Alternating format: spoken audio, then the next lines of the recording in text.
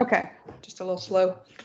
Okay, so this is Dianne Solis, and she, like I said, is an immigration reporter. And so if you're reporting on immigration, of course you're going to be, doing a lot of work where you have to call people and things like that.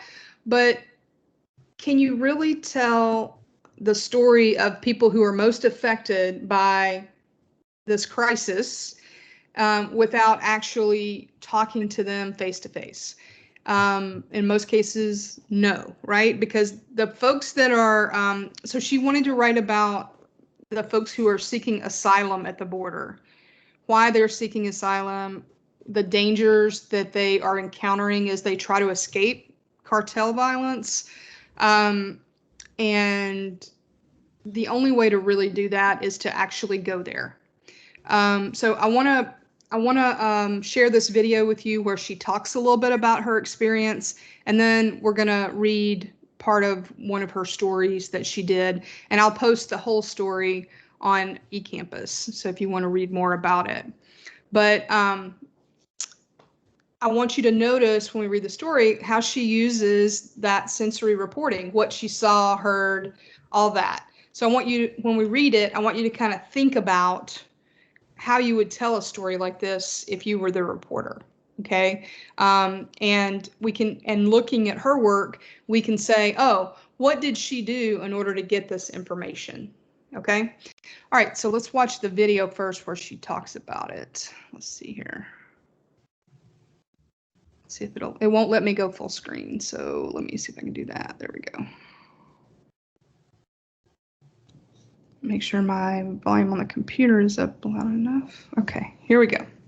I got to Matamoros and to this camp of migrants. I was stunned by its size. Some said 2,000, some said 3,000. I was struck by the stories of extortion, by mothers saying that they knew a little girl who'd been taken, or they knew a little girl who'd been molested. And I found that deeply troubling, that they were in such danger. They had left danger for more danger. I'm Dianne Solis. I'm a senior writer at the Dallas Morning News. I write most often about immigration and social justice. I'm constantly learning, and that's what I love so much about my job. But I also find tremendous purpose in elevating the voices from communities of people who are vulnerable and don't normally have access to a journalist who will say, tell me more about your story.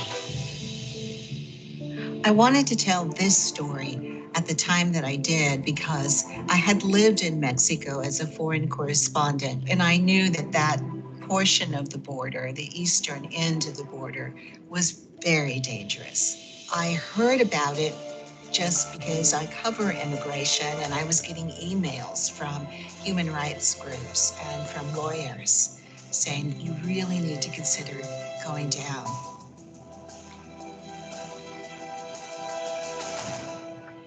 I was really surprised at the camp by the ease that I could get in and go to different sections, and that nobody stopped me because there was really no control like you have at refugee camps around the world. The United Nations is there, the Red Cross is there, other agencies that specialize in relief are there. And you didn't have that so much when I was there in December. When I was in the camp speaking to fathers, I felt that they were really desperate. They were trying their best to protect their families. And with mothers, it was a bit different. The mothers often were single moms that I spoke to, and they were even more desperate. And you could tell that they had tremendous worry at night when darkness would fall, because there were no lights at this camp. And that's why some of the women would cluster and put their tents on the sidewalk leading to the entrance and exit. And they would have the headlights of the cars that would provide some light.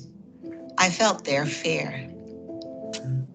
And I was most moved by parents who really wanted safety and felt that when night fell, that the cartel had lookouts who could easily come through the camp. I'm there to serve them. And it isn't about how I feel. It's about how they feel. It isn't about what I think. It's about what they think. Local journalism can make a global impact. In the case of the story that I wrote from Matamoros, a group of Texans in the Dallas-Fort Worth area were struck by that anecdote and said, we're going to start raising funds for lanterns. So hundreds of lanterns went down to Matamoros after the story ran. The moving stories that journalism provides people is invaluable. Think local journalism can't impact a global problem? Think again. Dianne Solis, reporter, The Dallas Morning News. Real local journalism. All right. So that's pretty powerful, right? I mean, the fact that a story like that, her efforts to go down and actually bear witness to what these asylum seekers were experiencing, and her ability to tell it in such an engaging and vivid way through her sensory reporting helped make that meaningful for people, so much so that they wanted to help these women. And so the local group here felt like the best way they could do that, was because it's not going away. It's not like you can just solve the problem, and that's going to be, even if you solve the problem for some of the people at the border, more are coming, because they're trying to escape this violence. So what can they do? And what they decided they could do was they could provide funding to purchase lanterns so that these women felt safe when they were at night, so they wouldn't have to worry about getting kidnapped or getting raped or whatever. So I want to read, just make sure, can you guys see the story now? I've just moved on to the story. Yes. Okay, great. So I'm going to read you a little bit of the story, and I want you to think as I read it, how was this information obtained? Right? Because you guys are writing feature stories right now where you're just talking to someone over the phone. But let's think about how this information was gathered and reported. Remember how I talked about 90% of the job is the actual reporting? So it took a lot of reporting before she could write this story. And this was just one of the stories. This was a series of stories that she wrote. But notice how we start out with a really strong lead that grabs your attention and makes you want to know, like, what happened here or what's happening and why are people dying, right? All right, so here's the lead. The small body of Rodrigo Castro was found on the bank of the Rio Grande, a short distance from the migrant camp in Matamoros, Mexico. He was a leader among the Guatemalans who are seeking asylum in the United States. His memorial service was captured in many photos by those who admired him. Days later, another body was found floating in the river. By the time the dead man was pulled out from his murky green grave, he had no identification. Camera phones cast their lens like voyeurs, but the video also broadcast the fact that asylum seekers at the riverbank wouldn't be forgotten. Hundreds of asylum seekers are still holding on in a tent camp across the river from Brownsville. Poor health conditions and the threat of kidnappings and violence are with us. They remain dispossessed of nearly everything but hope. All the fear just amplifies, said Sister Norma Pimentel, the nun who runs Catholic Charities of the Rio Grande Valley and regularly visits the camp. Their only hope was to be in the United States. Okay, so we have a strong quote here, but what she's done at the top here is kind of set the scene a little bit, right? She's used some descriptive language so that you kind of know what's happening, but there hasn't been any attribution yet because this was all observed, right? This was all observed, or in the case of the murder, she didn't observe the murder, obviously, right? But it's factual information. And then notice how after all of this, kind of putting us there, putting us, on the scene, then she gives us basically kind of like almost like a nut graph of information that connects this personal story and what these people are experiencing to the overall issue and how did we get here. The U.S. asylum system already was nearly choked of oxygen after a series of restrictions handed down by the Trump administration. Then the COVID-19 pandemic hit, causing more chaos and disrupting court processes. As many as 1,000 people are still living in the miserable, muddy camp along the banks of the river in Mexico, awaiting their chance at asylum in the U.S.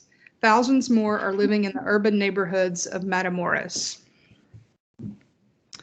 Things have worsened in recent months, but many in the U.S. and Mexico are still finding ways to help the immigrants through donations of money, food, and supplies. All right, so notice how she's weaving both, the things she observed and also her reporting where she has found out about these things. She's found out that people are donating money.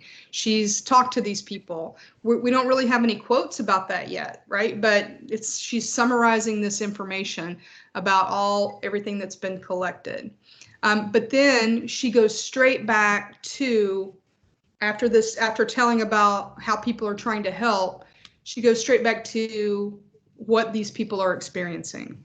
So if you start right here, but anxiety runs rampant among the immigrant families stuck in Mexico while legally seeking refuge in the U.S. Let me move up a little bit. They have been there for over a year and they are desperate, Pimentel said. Asylum and immigration policies must change so that the U.S. faces migration in a more humane way. We were a country that represents to the world the best values, and we're failing these people totally, 100%, she said. Okay, so now you have the reason she's talking to her, right, is this is boots on the ground, right? These are people who are witnessing, they're there to help, and they've witnessed a lot of things, a lot of bad things. And so we're talking to them about what have you witnessed and why do you think this is happening and, how can we help and so on and so forth. And so then she describes kind of the process. Newly arriving migrants find it hard to get housing because they're often blocked by Mexican authorities who have put fencing around the dirt camp of tents, Pimentel said. As many as 4,000 migrants have found housing throughout Matamoros, she said. The veteran camp dwellers fly their flags of their countries, Cuba, Honduras, El Salvador, and Venezuela. At one site, make splashes of blue, red, white, and yellow. Oh, I read that wrong. So those were actually the Cuba, Honduras, El Salvador, and Venezuela at one site make splashes of blue, red, white, and yellow. That doesn't make a Honduran there named Rolando feel any better. A big fear is that the asylum seekers will be forgotten, he said. He didn't want his full name known because of organized gangs that prey on the immigrants. We can't put up with this place any longer, Rolando said. We haven't had a tranquil night since we got here. We are waiting for a miracle here. So notice how we're starting to kind of feel the fear, right? We're starting to feel this uneasiness, this apprehension as we talk to people, as we talk to the nun, as we talk to the immigrant, the person trying to immigrate over. And then here we have another expert. Let's see, medical volunteers moved early in February to stem COVID-19 outbreaks with a prevention campaign that included masks, hand washing stations, and vitamin distribution. They put in a mobile field hospital in the back of the camp. We were experiencing devastating results, said Andrea Leaner, a nurse practitioner with Global Response. It hasn't happened. The muted impact is probably due to the vitamin boost, outdoor living conditions, UV light, mask wearing, and early isolation when people appear to be ill, she said. The severity of illness is very low. We only had one person who needed oxygen support. The big contagion, this is a great transition. The big contagion is anxiety. That's caused by the crushing asylum process, the pandemic, Hurricane Hannah, flooding, rodents, and growing crime from the cartels of northern Mexico, aid workers said. Okay, so I just wanted you to notice how So she was there, and a photographer was also there with her. And these are the kind of scenes they're seeing, right? They're seeing families who are there. And this is a really long story that goes into some, information about that, but also a lot of this is very newsy, right? It's very newsy. It's about what's happening down there and why, because there's a backlogged court system. The asylum process is got lots of issues, and it kind of details what those issues are. But notice it does it while at the same time putting a face on the problem, right? It lets us see some of these people. It lets us feel their anxieties. And the writer does a really good job of weaving facts and quotes in with, summary information about what has been happening there. Let's see here. I'm trying to find.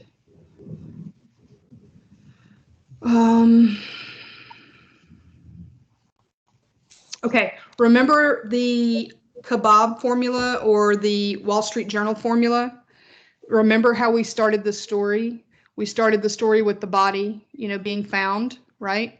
So we're getting toward the end of the story, and we're talking about all these legal issues and all these problems. How the camp, even came about, those kinds of things. How many cases that have been handled down there. There's lots of numbers and lots of meaty news, but also some emotion in the story. So the way this ends, let's just read the last section. Some of the immigrants who came north for asylum in the U.S. only to be told to wait in Mexico have decided to try to resettle south of the border. The United Nations Refugee Agency says that Mexican asylum cases have increased sharply.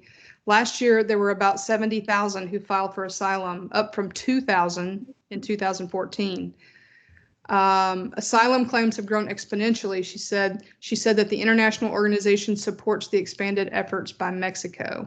The UN Refugee Agency has a permanent office in Monterrey, about 2 hours south of Matamoros, but they have no permanent office in Matamoros, a sore point among some who say the seasoned agency could be of profound assistance there.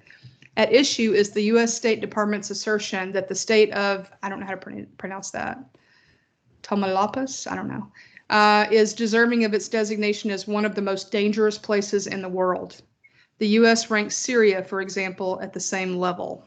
That's a pretty shocking 2 sentences right there. Some in Matamoros have opted to move to the interior of Mexico for jobs and safety. Dallas attorney Fernando Dubove had a client from Cuba in Matamoros who went to a Mexican coastal city and found a job. His client's immigration hearings had been reset 4 times. Again, this is a specific example that points to a bigger problem. People who say that, oh, they should just, immigrate legally. It's not that simple. At the border, his client was vulnerable and easy to spot by Mexican criminals who prey on the immigrants, Dubove said. Trump makes people wait in the most dangerous part of Mexico, Dubove said. Some say they believe that Rodrigo Castro, this is the guy in the beginning, right? So we're coming back around to it. That's what the Wall Street Journal formula does. It starts with a story, an anecdote, a story within the story, and then it ends with the same, it goes back to that at the end. Some say they believe that Rodrigo Castro didn't drown in the river, but was killed instead. Many describe Castro as a generous man who was always willing to help those in the despairing diaspora. When he died, a camp memorial featured candles and a spray of blue and white flowers with a sash and gold glitter that read Rodrigo. In the days after his death, around August 18th, 6 more bodies were pulled from the swollen Rio Grande, which is known in Mexico as the Rio Bravo. Fresh rumors flew. Did they drown, or was it foul play? So, obviously, from what we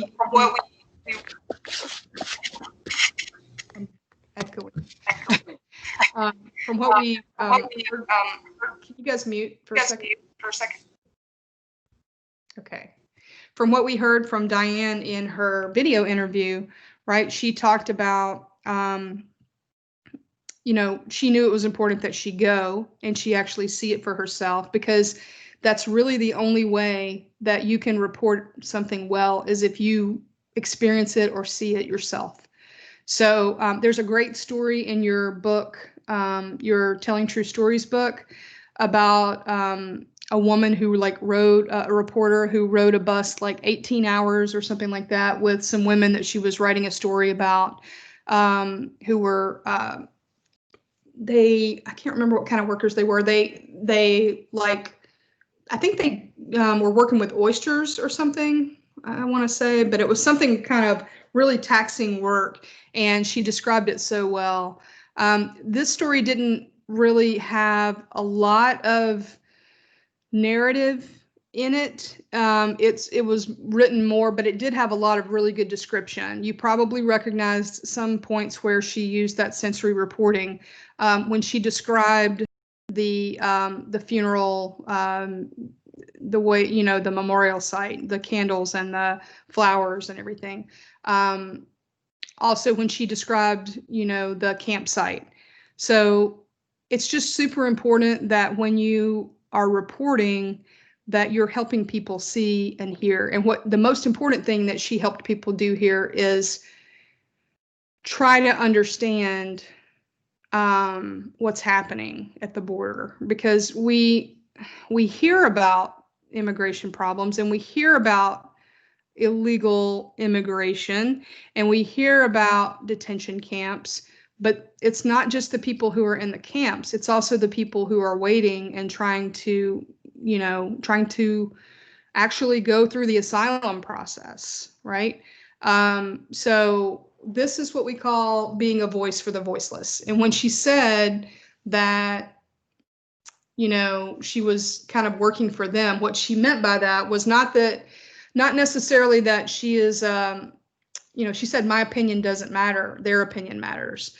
Their feelings matter, what they're experiencing matters.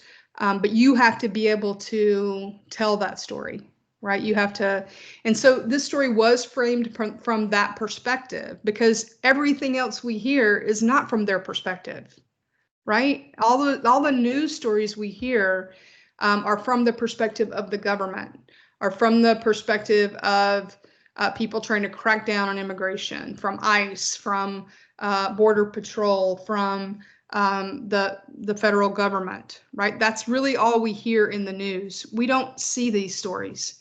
And so what local journalism can do, and all journalism really, is take the time to spend time with people and tell their stories. And this is how stories like Spotlight were broken, and how, you know, lots of really important stories have been broken this way by actually, you know, getting out of the office, going to the site and talking to people who are experiencing whatever it is you're reporting on, right? So hopefully this helped you kind of see how you can write about an important issue in a personal way that helps the reader understand a different perspective than the primary narrative that we always hear. Okay. Okay. So I just wanted to share that. Do you guys have any questions, or you should really follow her. If you're on social media, if you're on Twitter, you should definitely follow Dianne, because she always posts her stories when she writes them. And she's just a really strong journalist, and she's been doing this for a long time. And the Dallas Morning News is really lucky to have her. So any questions? What did you guys think of that story? That was really good and nice of her to share their story to everyone else. Right. You know, not necessarily nice, but kind of like her job, right? Like, I mean, her job, if she's reporting on immigration, her job is not to just regurgitate what the government is saying, right? Because it's just like if you're covering the police, your job is not to just regurgitate what the police is saying about incidents, right? Because as we have seen, that's not always the true story. So if reporters are not out there doing this, then are we really getting an accurate story of what's happening? That's the primary job of the reporter, is to bear witness and to share that. And that's why photography is so important, right? If we look at photography through the ages, through the centuries, like it has helped us see things that we would have never seen, and seeing sometimes is even more impactful than writing, like seeing an image of something, because it kind of just shows you, how bad it is or how intense it is or whatever. But when you're as a print writer, your job is to describe it so well that people still feel like they can kind of experience it too and see it and feel the fear, like I said. Juan, how about you? What'd you think? What did anything strike you about this story, or like that you thought was really good, or that taught you something, or as a reader? I like the part where she talks about the woman being Yeah, afraid and how every time night came, yeah, their worries increased. yes. That was a good way to visualize what was happening. Right. I know. Yeah. Because if you tell that story through one person's experience, and it wasn't just one person. I mean, she talked to, and that was the thing about this, is that a lot of times it's hard to get people who are fearful to talk to you, right? They don't want to draw attention to themselves. They don't want, like the guy who only gave his first name, he didn't want anybody seeing this. And so you do run into that sometimes, where people are so fearful that they don't want to talk to you as a reporter.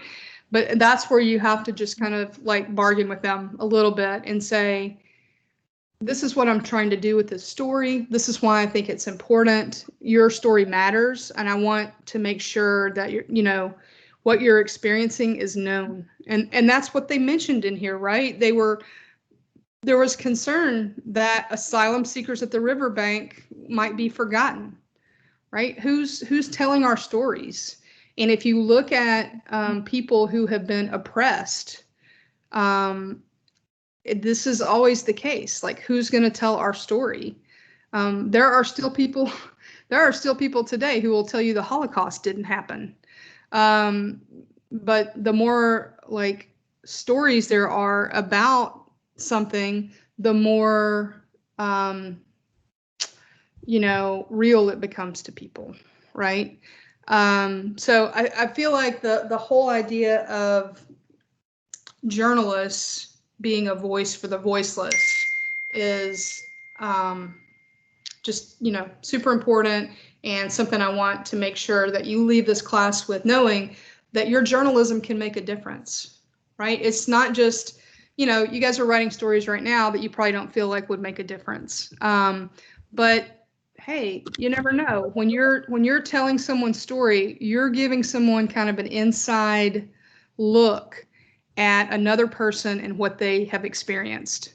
And sometimes what they've experienced has been difficult.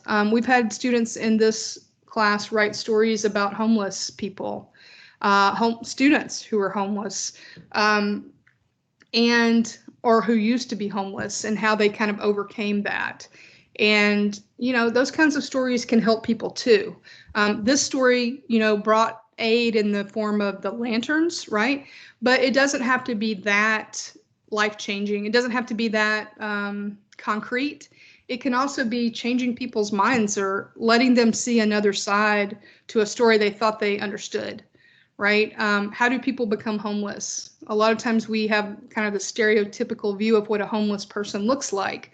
So telling the story of someone who doesn't look like the stereotype helps people see that this could happen to me. This could happen to my brother. This could happen to anybody.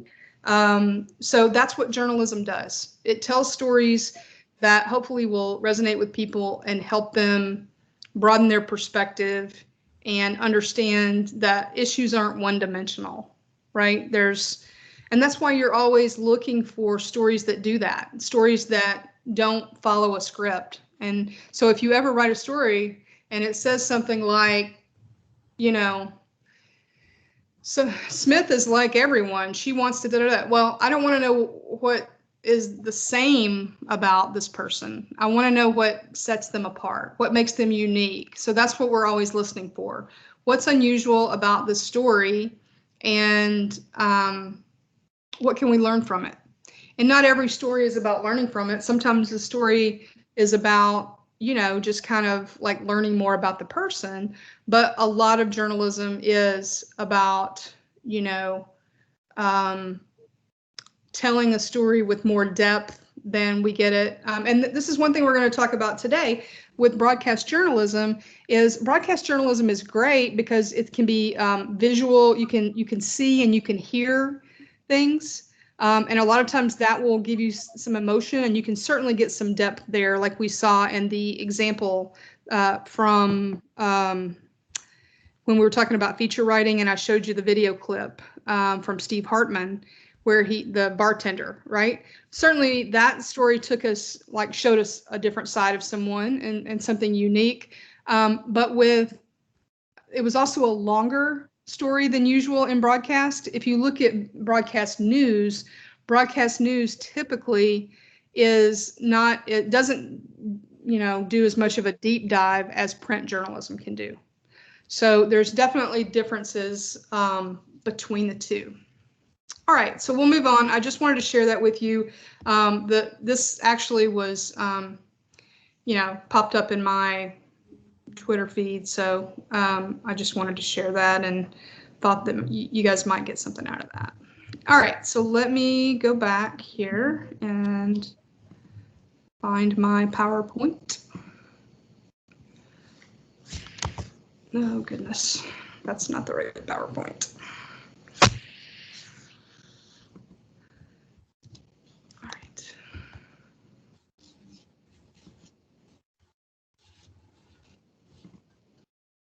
Oh, why? Goodness.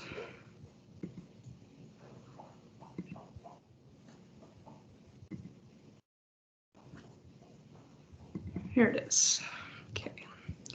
All right, I'm gonna share this.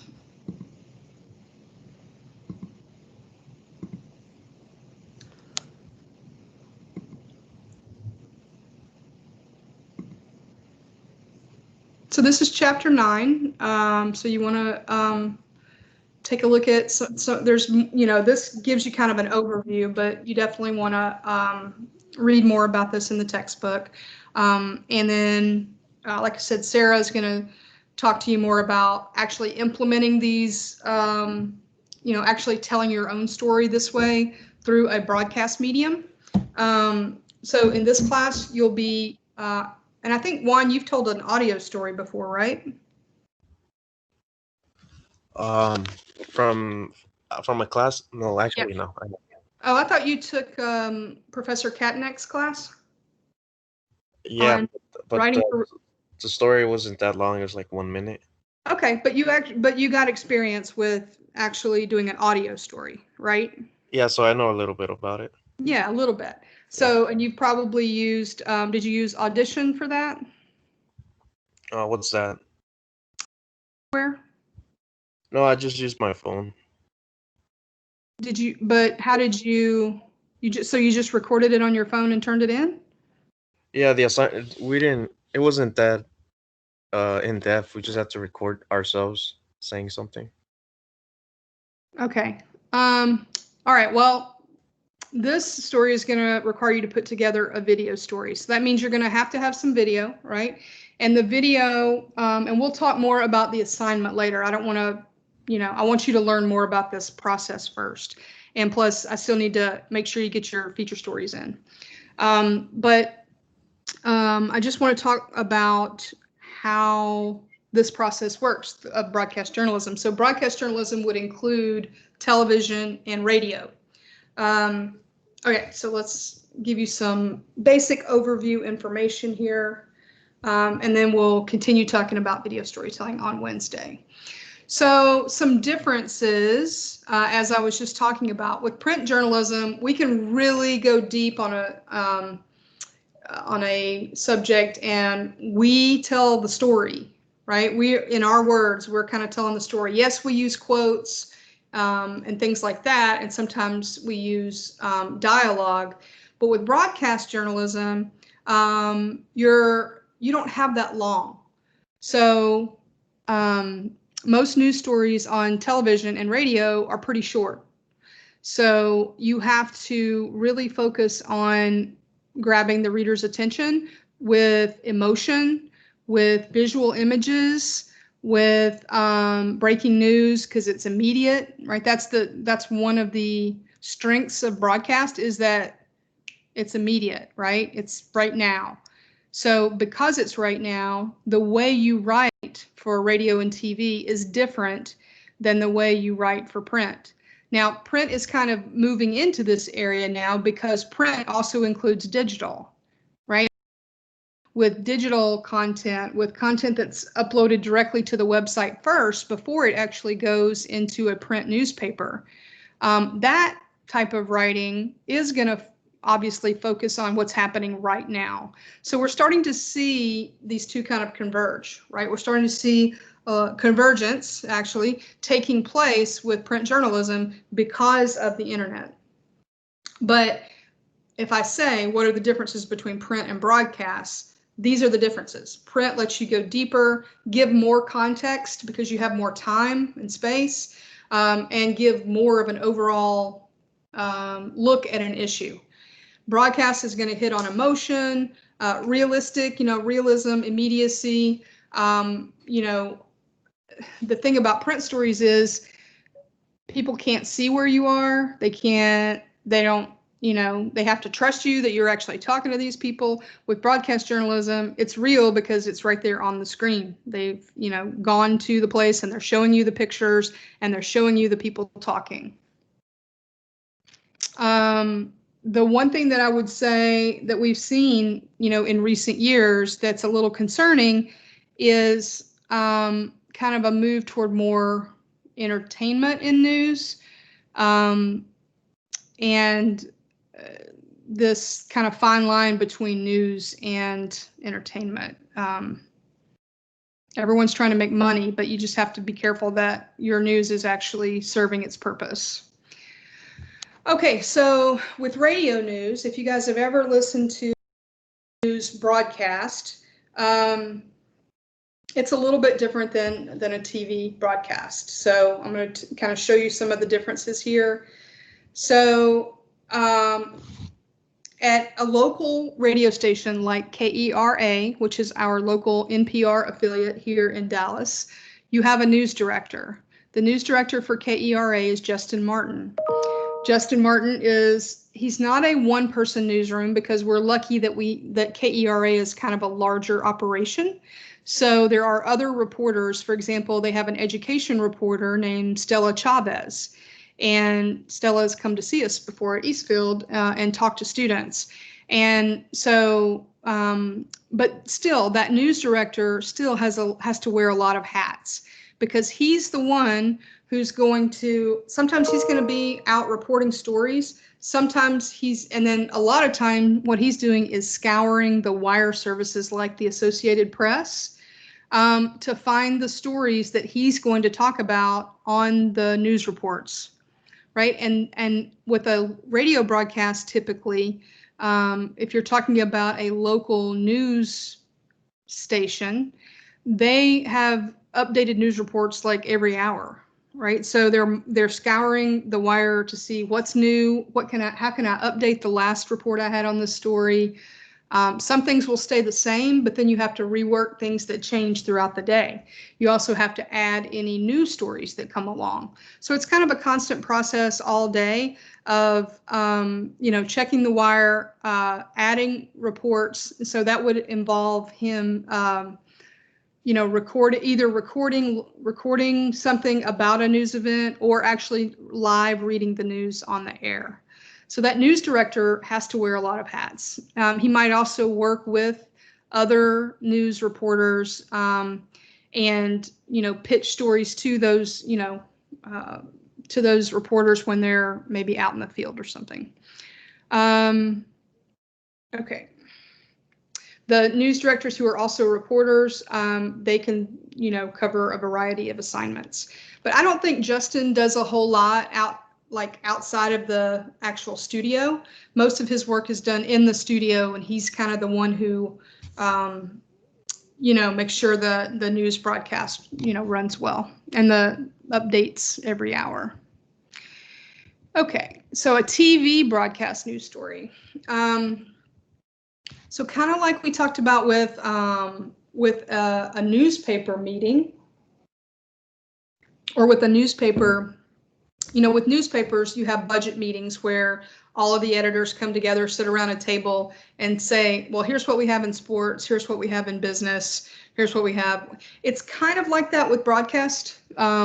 So you're going to have producers, you're going to have different news directors, things like that, who are there and who kind of talk about, well, here's what we have for today. But remember, the thing about TV news is they want the most up-to-date information. So sometimes you start the day with, okay, here's what we have. And then by the time 5 o'clock rolls around, everything has changed. So you got to constantly be, it's a very evolving process, and news stories can break right before you go on air. So you have to be flexible. You have to be good at, improvising, and so on and so forth. So at that news meeting, a producer might say, well, one of my reporters is going to downtown Dallas today. A group of Trump supporters are protesting the election results. And this is what they're doing, and this is who they're going to talk to, right? So we know that's coming. So they'll put that, in their rundown, is what they call it, for the newscast coming up, and they'll decide, how important is this story? Do we lead the newscast with it, or is it going to come later? Again, this can all change by the time the newscast actually starts. But they also have to decide, okay, do we want this to be just a regular quick hitting news story, or do we want to have what's called a package?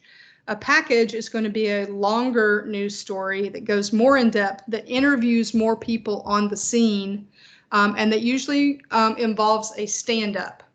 Now, what a stand-up is when you have a reporter on the scene and they're literally standing in front of the scene, right? I know you guys have seen this on your local news, where let's say there's a protest and the reporter is at the protest and you can see all the stuff happening in the background, right? So that's called a stand-up.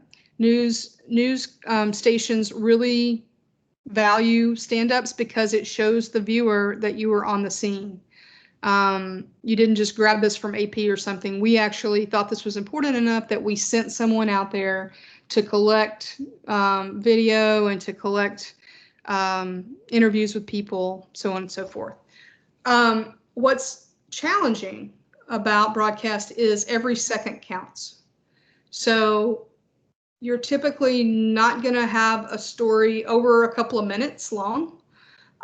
You might, like if it's a story that has several different angles, or if something huge like the election, that coverage might have several different angles to it, and you might actually even go to a couple of different stand-ups, right? The anchor will start out talking about the election, then they'll go to someone from the Republican side, and then they'll come back to the anchor, and then they may go to someone from the Democratic side. But that's going to be that's a little more unusual. If you watch a regular newscast, most of the stories are very short. Okay. So that's what I was just saying. 70% of stories last less than a minute.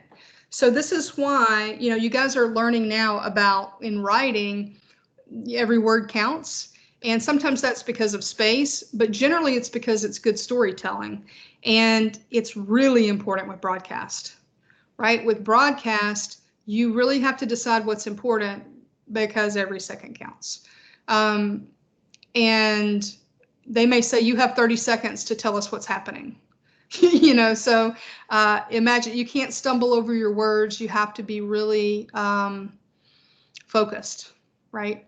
And you have to use precise language. And we'll talk a little bit more about kind of how you do that in just a second. But in terms of what makes up the local newscast, 75% of the stories are local, right? So it may be a local police story, or it may be a local school board meeting, or it may be an accident on the interstate. But 75% of those stories are generally local. Now that can change obviously in terms of like the election, when that was going on, everyone's focused on the election. But you also want to find ways of localizing that story. So you may talk to the head of the Texas Democratic Party or the head of the Texas Republican Party about their reaction, right? That's a story that, most people aren't telling, but we're here in Texas, so how do we feel about it here in Texas, right? Or we're maybe going out and interviewing local people about how they feel about this election. Crime stories are really big in television news, as you probably know. Do you guys watch much local news?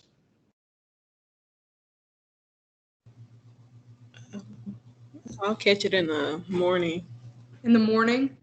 So an interesting thing about the morning is the morning newscasts sometimes are a little more featurey.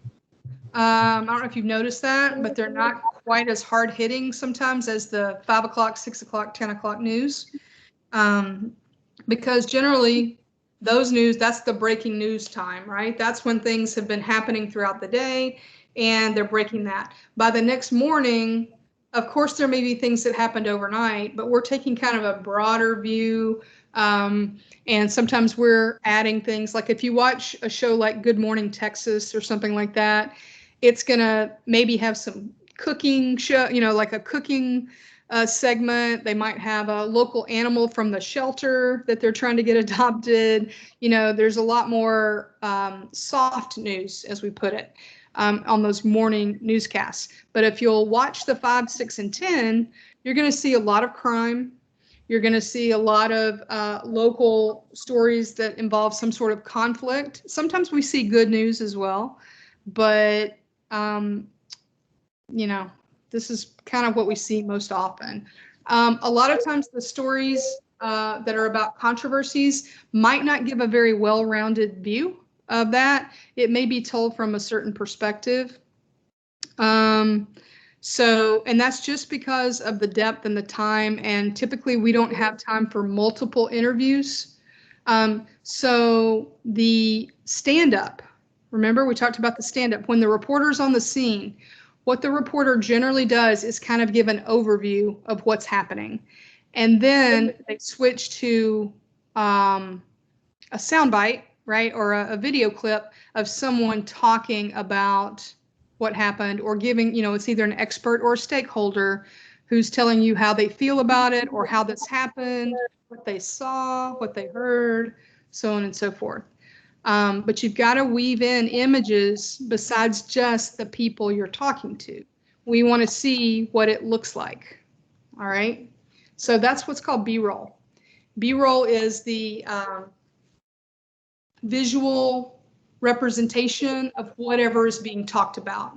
If we're talking about a protest, when someone starts saying, yeah, we were just standing there and then the police started tear gassing us. If you have video of the police doing tear gas, that's where you would show that. As soon as the person says that, or while they're saying it, you would be running that B-roll on your story to show that.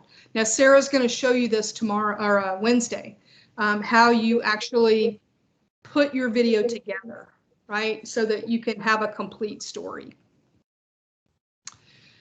All right, so in terms of broadcast storytelling, it typically is not as formal as print journalism. It's more conversational in tone.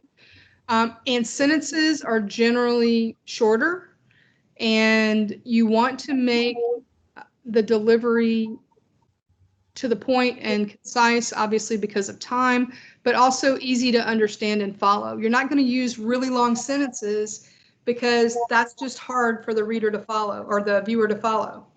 You're not going to use inverted pyramid style. Okay, what you're going to do is you're going to use present tense and tell us what's happening now. So let's give an example. The print story this morning in the paper might have something about what people did yesterday in terms of protesting the election results. The broadcast story today is going to talk about what's happening today, and then it might reference yesterday, right? but it's going to say, police are bracing for more da da da da as, yesterday. And then they might say what happened, right? Yesterday. But you're always going to introduce a story by telling us what is happening right now. So you want to use present tense as often as possible. It's okay to use contractions. Also, you're going to treat attribution and quotes differently. I did notice on your stories that you guys are still struggling with this a little bit, where you're not quite sure about where to put the attribution or how to do attribution. Make sure before you turn in your final draft that you revisit that section in your textbook about quotes and attribution and look at the examples. Okay, so remember subject verb. This is in print journalism. Subject verb, Smith said, right? Or said Smith, comma, who is the head of the Republican Party in Texas, period. If you're going to put information behind the name, like telling more about that person, then you can use the verb first. But in most cases, you want to say Fox Bali said or Lambert said, right? And then, but with broadcast journalism, instead of putting that attribution after the first sentence of the quote, which is what you'll do in print, you don't want to do that in broadcast. Can anybody think of why you wouldn't do that?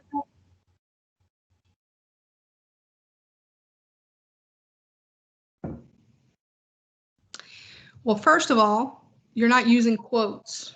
Very rarely will you use a quote in broadcast journalism. You might, if you are summarizing what like the president said or something like that. But in most cases, the quotes are actually being said by people, right? You're showing a video of somebody saying these things. You're not using quotation marks and putting a quote. There's no quote and attribution process like we have in print journalism. It's different. But we do have to introduce the quote, and we do have to introduce that soundbite, right? We have to introduce it and say, Joe Smith, president of the Republican Party, said he believes. You want to put the attribution in broadcast, the attribution goes at the beginning, okay? In journalism, it goes at the end, okay? Republican leaders, or you could say, protests are planned for 4 p.m. today at Lee Park, comma, Republican leaders said. That's going to go at the end. With broadcast, it's going to go at the beginning. Republican leaders say they are planning to protest today at 4 p.m. All right, so it's a big difference. That's why this is called media writing, because the writing for different forms of media is different. All right, writing a script for a newscast or for a stand-up, like for a voiceover, which is when you're telling a story over video, right? All of that writing is different. Your audience is different, your medium is different, and so you have to use different techniques. The whole idea of telling the story, though, a lot of the skills you've learned, about telling a story is still the same. Right? You're still going to focus on emotion. You're still going to look for good quotes, or in this case, sound bites. And those are the things that, you want to focus on, but the way you deliver it is different. Okay. So when we're writing for broadcast, if you'll look in your book, try to look in your book before Wednesday at this. Although Sarah probably won't talk about it much, but the script writing, scripts for radio broadcasts and television broadcasts are way different than actual. It's not written in AP style, quite frankly, and it's not written. There's just a lot of differences. The format is different in terms of there's a specific like width of the page that you use for broadcast. Juan, you guys wrote scripts, right? I wrote a few of them. You wrote a few scripts. Okay. So how can you just explain that a little bit in terms of how different was that for you? Well, for everything that's said, I have to write a direction for the video. Mm-hmm. And if it's for radio, I have to include Um, like the sort of emphasis that you put on words. Yes, very good. That's what we mean by Silence. phonetic pronunciation, and also, emphasis. So if you're writing a news script for someone else, right? If you're writing a script that someone else is going to read, you have to make sure. So when you see those anchors that are on TV news, they are reading off a teleprompter. Someone has put that script in there, and they may or may not have had time to read over that script before the newscast starts. Or news may break during the newscast, and they're going to put it on that teleprompter. It's a lot of pressure for an anchor, right? And so you have to make sure that if it's not something basic like Smith, that you provide the how do you pronounce this so that it helps the anchor pronounce things. So, and then you have to be careful with punctuation. You'll use punctuation to signal a pause or to kind of give some emphasis, like Juan was saying. And then there's different ways that you can add emphasis, with your writing, and we'll get into that later. But you want to avoid abbreviations because that can be confusing. Now, if it's an abbreviation like FBI, we can keep that because that's what everybody calls it. But we're keeping it, but we're not just doing FBI, we're doing F-B-I. And that tells us the dashes in between each letter tells the anchor to pronounce each letter, right? There's kind of a system that we go by. And there's good examples in the book of what a script looks like. So we won't have time today to go over that, but we will in a future class. And then with numbers, you're not going to type these really long numbers, because imagine if you were reading something live and it was 3,400,000, whatever, and there's a bunch of zeros. Like, you don't have time on the air to figure that out. It's a lot easier to say 3.4 million, right? And the same is true for print. You really should do that anyway, as we've talked about with AP style. But definitely in broadcast, you want to make it easy on the person who's reading the script. All right, let's try to get through this part real quick and then we'll wrap up. So with both TV and radio, you're writing to your sound bites, your actualities, your sounds, those kinds of things, meaning you collect your video and you collect your audio while you're on the scene, and then you want to write your script around that so that you can introduce these things into your story. Okay, and I know that probably doesn't make a lot of sense yet because you haven't seen it, but you'll see it Wednesday. She's going to show you that it's called Hear Dog, See Dog. All right, so you hear someone talking about something and then we see it on the screen. Or you hear a noise on the audio and then we talk about what we're hearing, right? So that's called nat sound. When we hear, let's say we're doing a story about a local lake or something, we hear the water running, like we hear that nat sound of the actual water at the lake. That's what nat sound is, and we want to write around it. Here on the banks of the whatever river, people are, so it matches what you're hearing. And then with radio reporting, again, conversational but concise, friendly yet authoritative, snappy yet eloquent. So it's, you want it to be semi-formal, semi-informal. You don't want it to be too buttoned up, but then again, you want the reader to, the listener to, feel comfortable.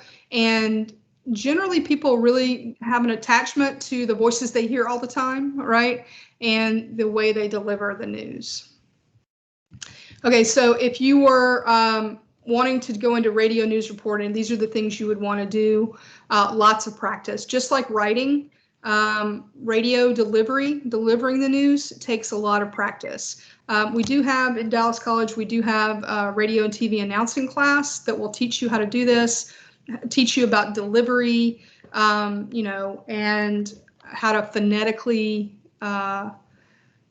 be a good anchor or a good reporter where people can understand what you're saying, those kinds of things. All right, so I'm going to stop here, but these are some of the